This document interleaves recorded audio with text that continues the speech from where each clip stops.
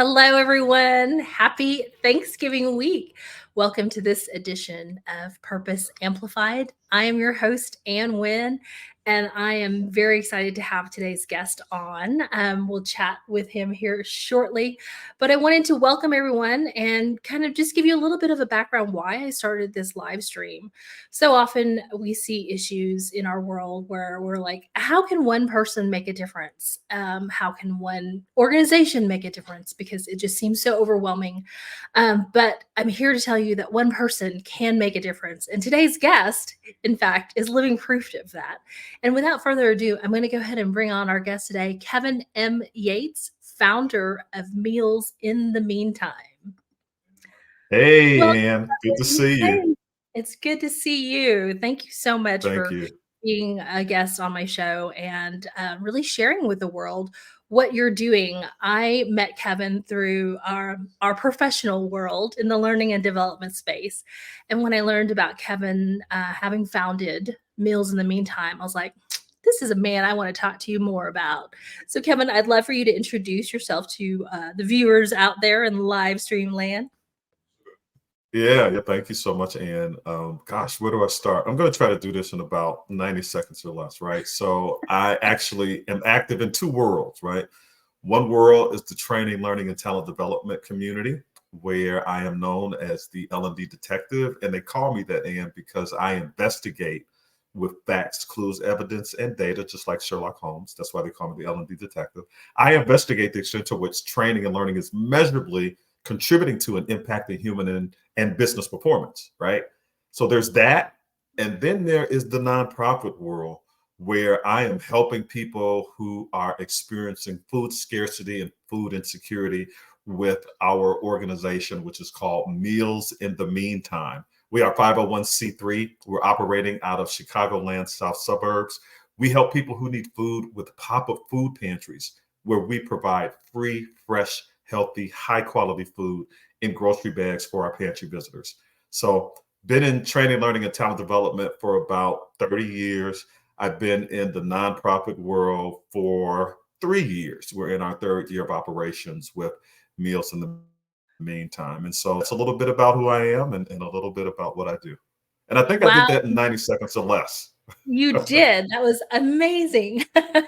Well, congratulations on 3 years for Meals in the Meantime. That's an Thank you. amazing journey, and I'm looking forward to seeing many, many more years of success for your organization.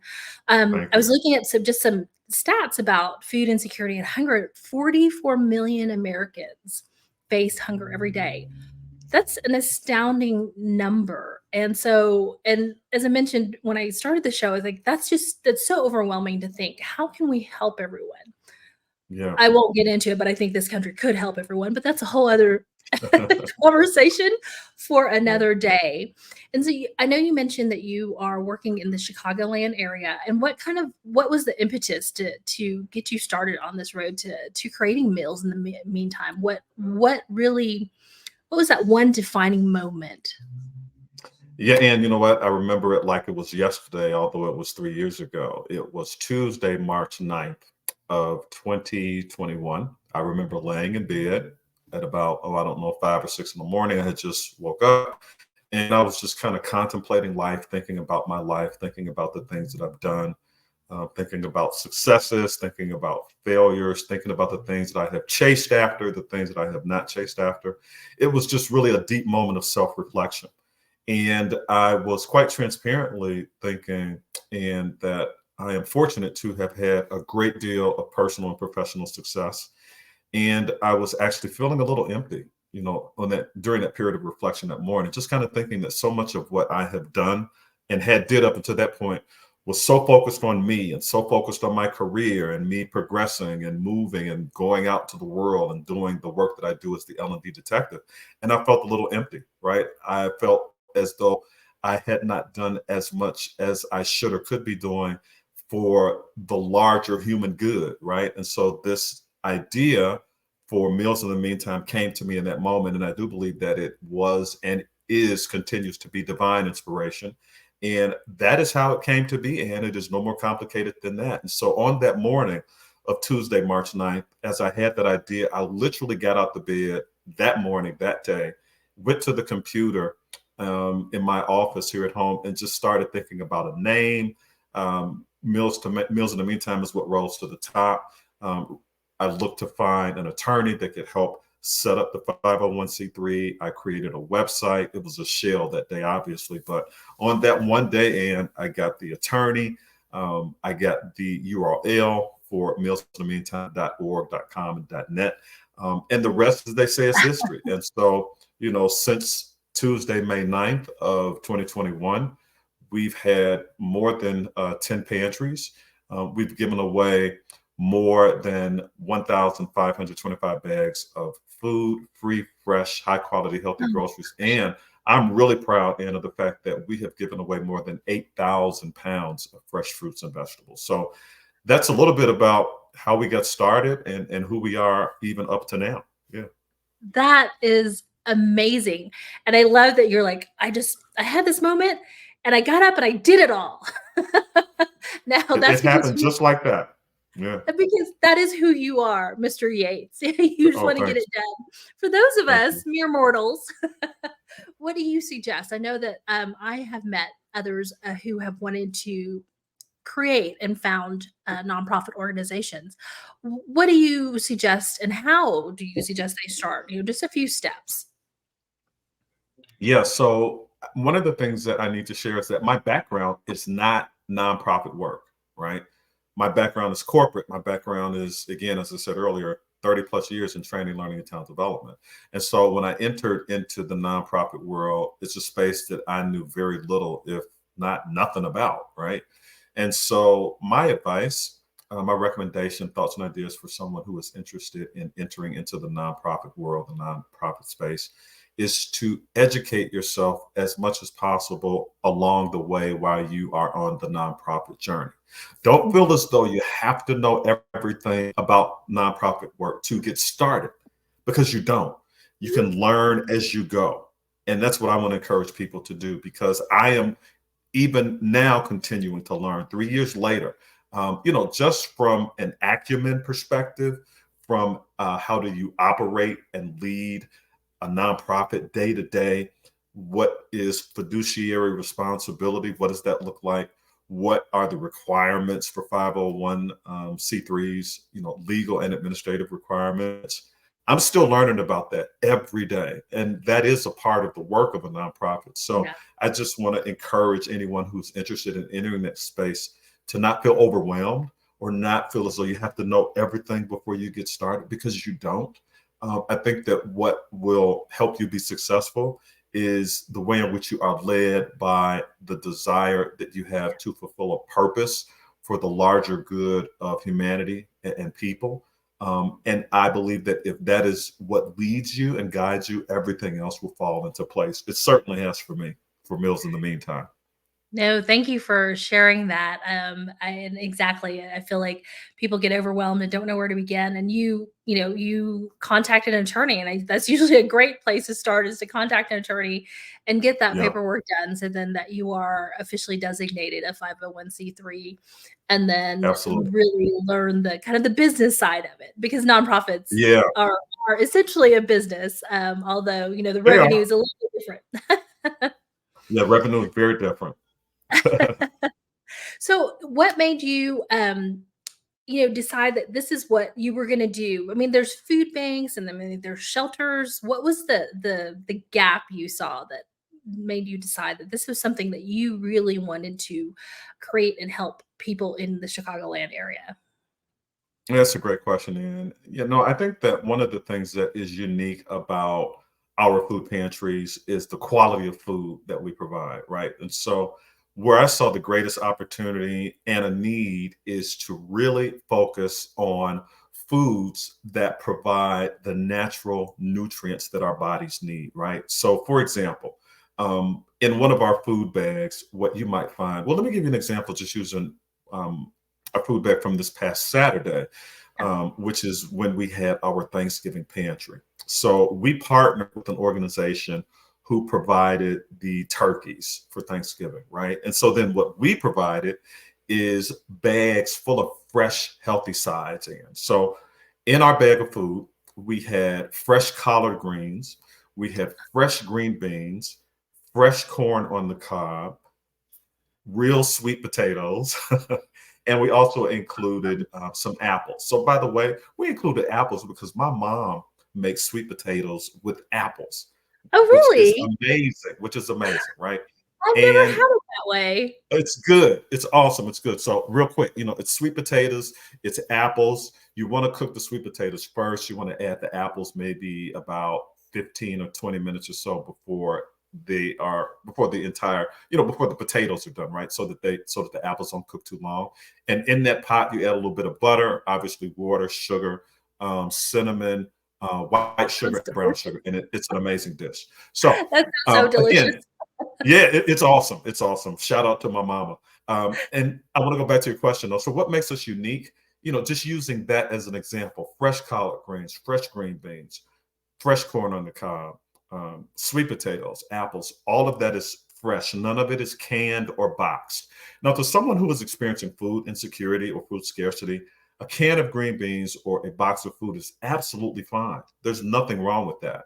Yeah. We're just choosing to do something a little different by staying as close to the natural source of nourishing food and nutrients as we can, right? So, again, just kind of going back to your question, I think that what makes us unique and what makes us stand out is the freshness of our food, the quality of our food, and the intention, right? So, our intention is to provide food that help sustain well-being, and we do that with foods that provide natural nutrients, right? So again, in another bag, outside of Thanksgiving, what you might find is orange juice for vitamin C, bananas for potassium.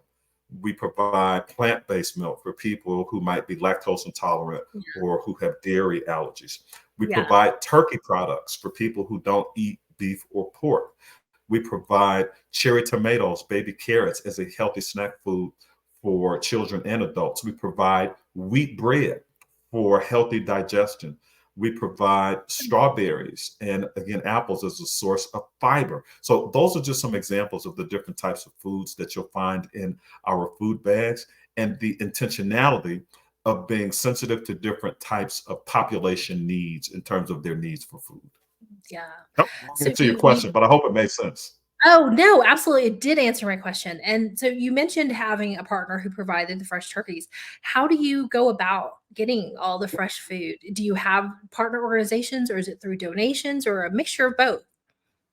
Well, we certainly rely on donations to fund our food pantries, right? So I want to invite and encourage your listeners today to go to mealsinthemeantime.org and donate.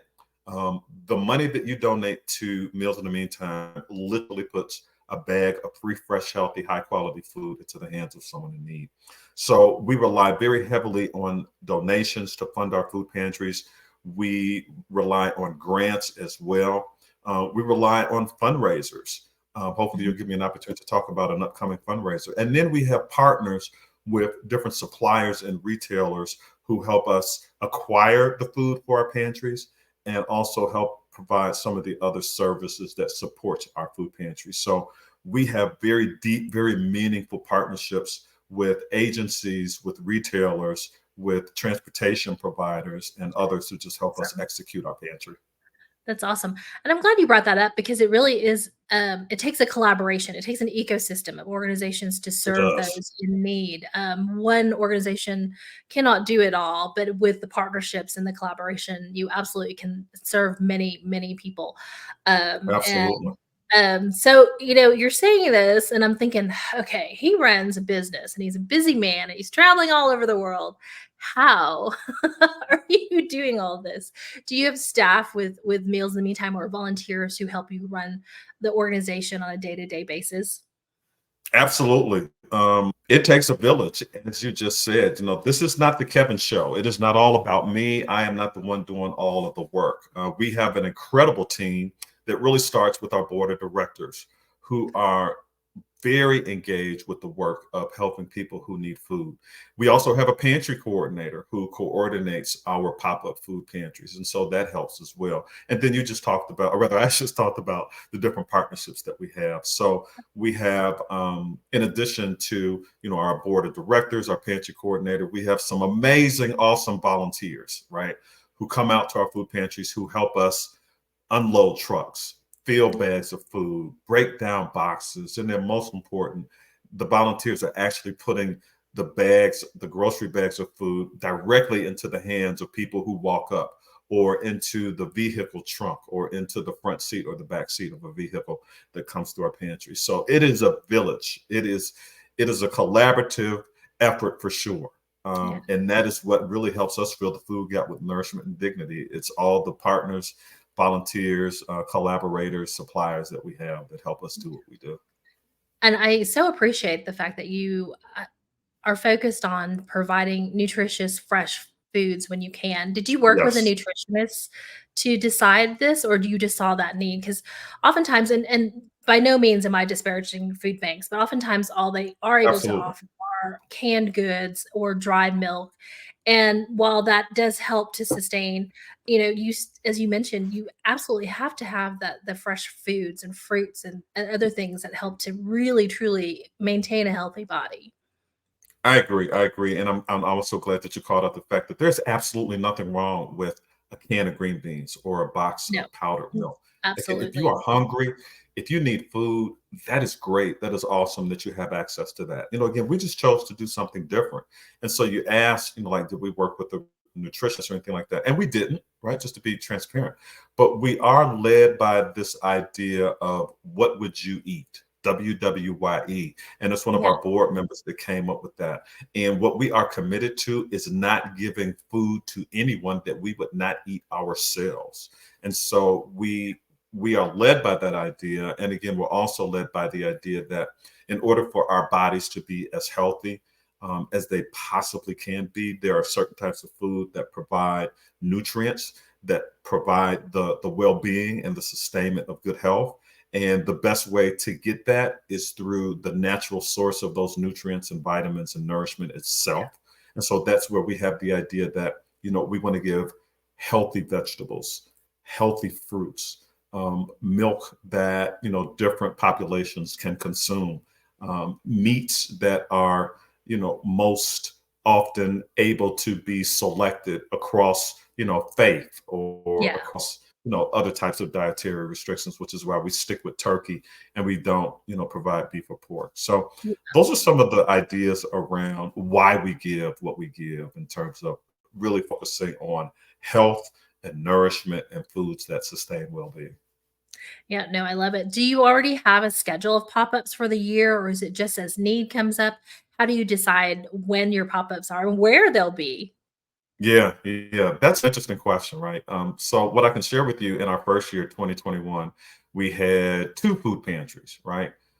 In our second year, 2022, we had quarterly pantries. Mhm. In this year, 2023, we're doing pantries every other month, and that Oh, equates wow. to what? I think it's 6? what, six pantries, right? Every other month. Yes. Next year, in 2024, so again, we started with two, and then the second year we did four. In this current year, we did six. Next year, we're going to do eight. And the goal for 2025 will then be that we do a pop-up food pantry every month, right? That's So amazing. that's the goal. And we'll Yeah, be at that goal in 2025. And so as you can see, in our mindset and methodology for doing the work that we do is just slow and steady growth. So it's of a course. gradual increase in the number of pantries that we do. And again, to answer your question about locations, so we reach out to local municipalities, to community-based organizations, to faith-based organizations. And now what we're seeing actually is that those same types of organizations are reaching out to us to invite us into their communities Mhm. for a pop-up food pantry. So we don't have to do as much reaching out, because now that people know who we are, what we do, they want us to come into their communities to help and support their populations who are struggling with food. So it's a combination of us reaching out and organizations reaching out to us. No, that's wonderful. And you've been very intentional about the growth, as you mentioned, and Yeah, that's great. And now, and I, I'm looking forward to you achieving your goal of having one monthly. You thank you. may even get to one where you have one weekly, right? That would be Oh my goodness, wonderful. boys. Yeah, that's a little far up in the future, but yeah, I would love it to something like that in the future. Absolutely. Yeah. So how do you get your volunteers when you need them? Do you have people coming to your website? And by the way, I'm going to pop it up on the screen again in case y'all didn't see it earlier, Thank you. Thank you. mealsinthemeantime.org. And then just say, hey, I want to volunteer. Let me know when there's a pop-up or when there are volunteer opportunities. Yeah, yeah. So we recruit volunteers via our website, as you said. There's actually a volunteer page on our website where volunteers Awesome. can actually sign up and learn a little bit more about the work that they'll be doing. So we primarily are able to recruit through our website, but then also when we are working with a partner site, they may have volunteers within their organizations or within their agencies that they offer up as volunteers for our food pantries as well. So um, finding volunteers is actually not very difficult at all because there's so many wonderful, incredible people who just want to help others who are less fortunate. And then we also can rely on our volunteer pool because over the past 3 years, nearly 100 people have volunteered with Meals in the Meantime, and a lot of them are repeat volunteers. Uh-huh. So Yeah. we have a pool from which we can notify and reach out to when we have an upcoming pantry to say, hey, we have a pantry coming up. Would you like to volunteer? Oh, that's wonderful because yes, Yeah. I mean having volunteers to help you do the work is just as valuable as having the Oh my donation goodness. to make the We work cannot go. do it. We cannot do it without the work of our volunteers. And I'm not saying that to sound dramatic, but literally, when it comes to, again, unloading the truck, Mhm. unpacking the boxes, breaking the boxes down, putting food in the bags, counting the bags, making sure that what's in a bag is supposed to be in a bag. And then again, most important, putting a bag of food directly in someone's hands. We can't do that without our volunteers. And so we Absolutely. are a machine where one of the cogs in our wheel that is the biggest cog and the wheel that we depend on the most is our volunteer population. Oh, absolutely, and it sounds like a very well-oiled machine, Mr. Yates. Thank you. So Thank you. speaking of donations and fundraising, I know you mentioned you got a big fundraiser coming up, and I would love to hear We more about it. do. Oh man, thank you for that. So I am so excited about this fundraiser, and because it is our very first fundraiser, and we launched the marketing and promotion for this fundraiser yesterday, Oh my Monday. What was goodness. yesterday? The 19th? Was that Yesterday was the 20th, yeah. the 20th? Okay, right. So on Monday, May 20th, we did a big media launch about our upcoming movie fundraiser, right? And we're calling Okay. this, using movie magic to or rather, turning movie magic into meals for many, right? And I like we are that. doing, thank you. Yep, it's turning movie magic into meals for many. Try to say that 3 times fast. So we're My doing it. little marketer We're doing heart loves that. yeah, yeah. We're doing a big movie fundraiser on Monday, December 29th, Uh-huh, where we're going to do a special showing of The Color Purple. And it's the new version of The Color Purple that's being okay. released next month, December. And it's a release of the theatrical movie version, right? Oh, Fantasia is starring in the role of Miss Seeley, along with I think her name is Taraji P. Henson and some other incredible actresses and actors. We're inviting people to join us for turning movie magic into meals for many. We're going to be showing this movie on Friday, December 29th at 6 p.m. at the Imagine Theater in Frankfort, Illinois. We are fortunate in that we have event sponsors who have covered the cost of oh, renting the theater, which is that's amazing. And that means that every ticket sold will go towards purchasing and acquiring food for our pop-up food pantries. And so I shout out and thank you love to it. our event sponsors. And again, for anyone who's in the Chicagoland area, I want to invite and encourage you to visit our website at mealsinthemeantime.org, where you can learn about the event and, most important, purchase a ticket. Thank you. I was going to ask you, how can they purchase the tickets to the event? I love it. If for the fact that I wasn't so scared of snow and cold Chicago, I Oh might man! fly Now out for this. let me tell you this. So yeah, that's the perception of Chicago. But here's what I'll tell you: the real snow and the real cold does not start until like January, and actually, February is one of the most brutal months in Chicagoland. So I said Oh, all that really? to say, yeah, you're pretty safe in December. You're pretty safe in Okay. December. So I I want to can't wait encourage to see. everyone to come out, get a ticket, Oh, join cool. us. I want to say hello to Debbie Richards, our friend Debbie Richards. She said she just tuned in. She is a big fan of your organization. Thanks for That tuning is in. my girl. That's my home girl. Hey, Debbie. Hey, Debbie. Good to see I you. think yes, I think she's everybody's homegirl right now. Debbie is like, we are all part of the Debbie fan club. And Yeah. speaking of Debbie and the industry that we met each other in, you were recently honored by the Learning Guild's Guild for Good featured charity. So tell me a little bit more about that. Yeah. So big shout out to David Kelly and the Learning Guild, who were kind and generous enough to place a spotlight on Meals in the Meantime by making Meals in the Meantime the official charity for DevLearn 2023 and for Learning 2023, which is coming up next month in Orlando.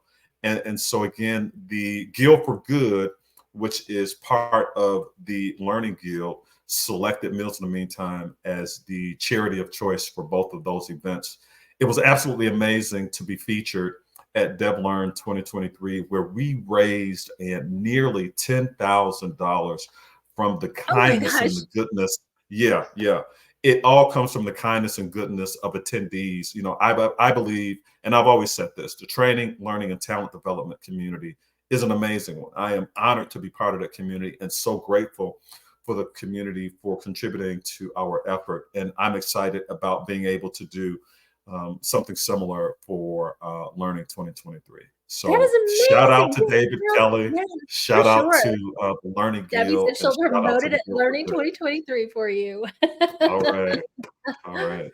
No, definitely. Shout out to the Learning Guild and David Kelly for sure. I know they had started the Guild for Good a few years ago. And I remember when it was first founded and started, I thought, what a great idea to be able I to agree. gather this community. We're already all there for a conference and feature Yeah. an organization doing something wonderful. So, congratulations on being Yes. the Yes. featured one. I can't wait to see what you guys raise at Learning 2023.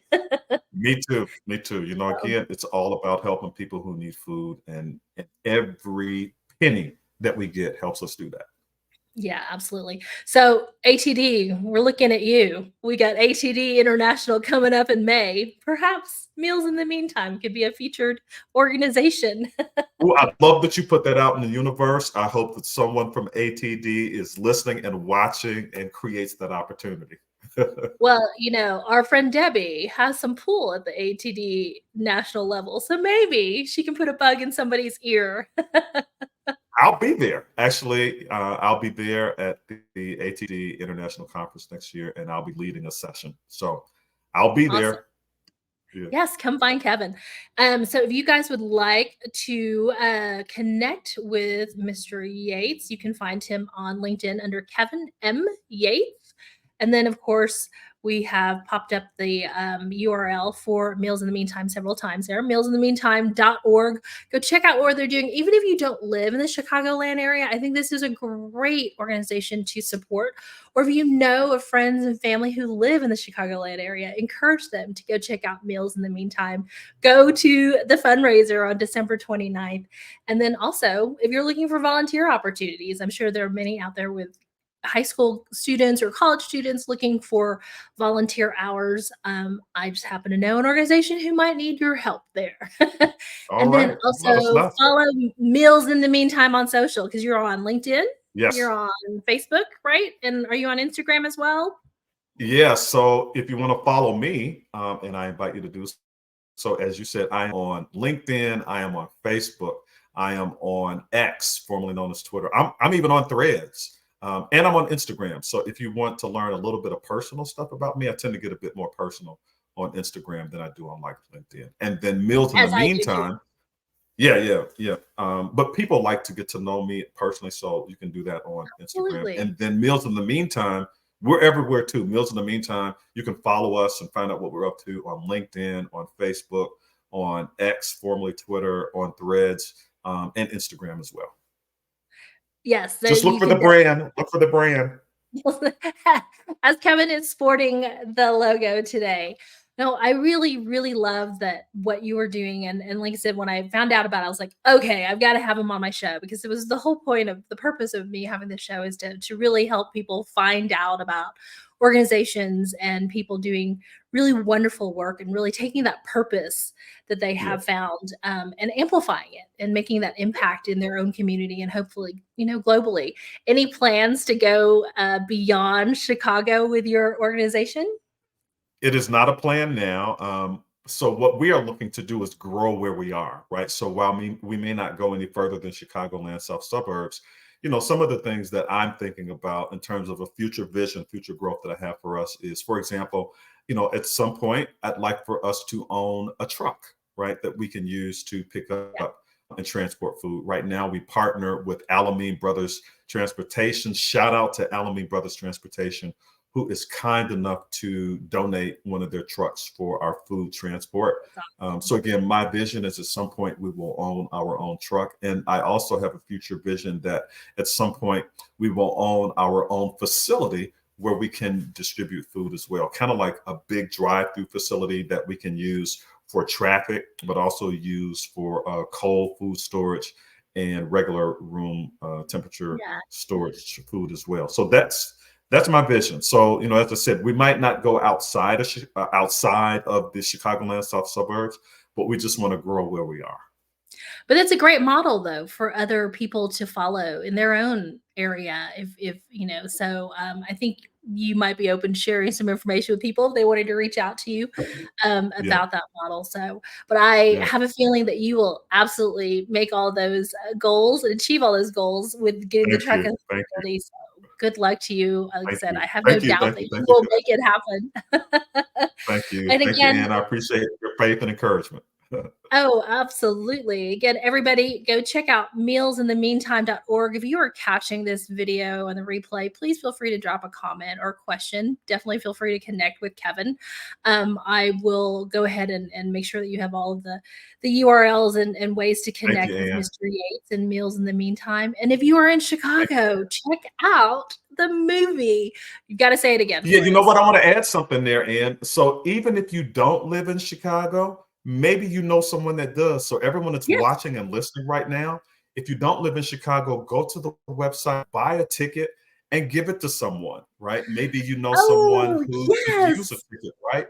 Or maybe if you even want to purchase, I don't know, 5 to 10 tickets and donate those to an agency or a group, maybe a senior group, right? So there are a lot of Yes. opportunities to help us. So go to mealsinthemeantime.org. Even if you don't live in Chicago, purchase a ticket or multiple tickets and maybe find a way in which you can donate those tickets that you purchase to a local group here that might be able to use them who might not otherwise be able to afford those tickets. So that's I another way love to that help people who need idea. food. Yeah. Yes. No, I love that idea. Absolutely. Give the gift of a donation. And The absolutely. gift of a No, that donation. Yeah. I'm gonna reach out to you afterwards and find a senior group that I can perhaps donate some Oh, that'd be tickets to. awesome. That'd Yeah, be that would be really awesome. great. Yeah. Thank you again so much for being on Purpose Amplified today and sharing with us Thank you. about meals in the meantime. I'm really greatly looking forward to continue to follow your journey and see Thank you, Ann. the wonderful work that you will continue to do. So Thank you so much. Thank you for having me on today and allowing me to give a voice to this effort for helping people who need food and the work that we're doing with Meals in the Meantime. Thank you for that. absolutely. Well, everyone have a wonderful Thanksgiving holiday if you celebrate. Be safe if you're traveling. And don't forget, Giving Tuesday is next Tuesday, the Tuesday after Thanksgiving. So if you're looking for an organization to give to, consider mealsinthemeantime.org. Bye, everybody.